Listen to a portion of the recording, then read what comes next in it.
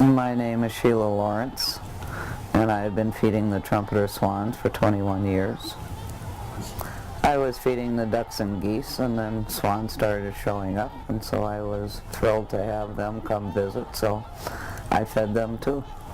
I started feeding the ducks and geese probably in 1985, and then the spring of 1986 I saw my first swans. They just came in the spring and stayed around for a day or two, and then in 1987 a group of swans showed up. 15 swans came to winter the first year then.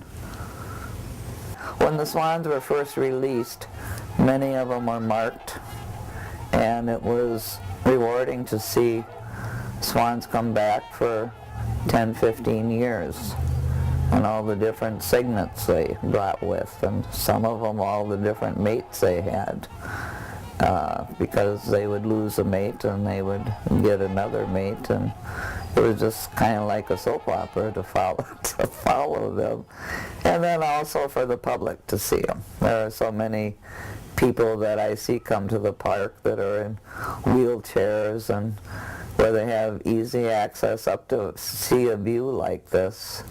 And it's not really too many places people can see this.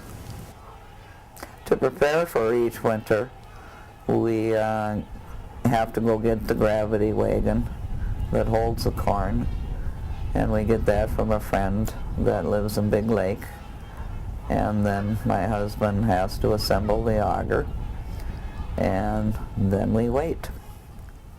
Can start out at first, there might be 5 or 10, and then the next day there could be 20, and then all of a sudden there could be 200, and then there could be 400.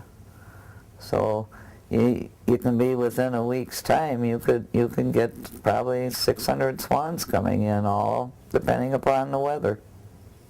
Before I had the auger, when I would feed, depending if there was snow or not, I would either use a sled or a wagon, and I would have a big tub in the sled or wagon and pull that down and take the pails down the bank and then fill the tubs that I had, and then come back up and get another big tub load. And that was a lot of work. So the most difficult or challenging thing about this is the corn places now. They're outrageous. It's just crazy. What a normal winter when I'd have over 1,000 swans, I would usually spend anywhere from $4,000 to $6,000 a year with the help of donations and real true friends that would help out. And the year before last, it jumped up to 9,400, and this past year it was 14,600. And it's continuing to go up, and I really don't have a clue what will happen.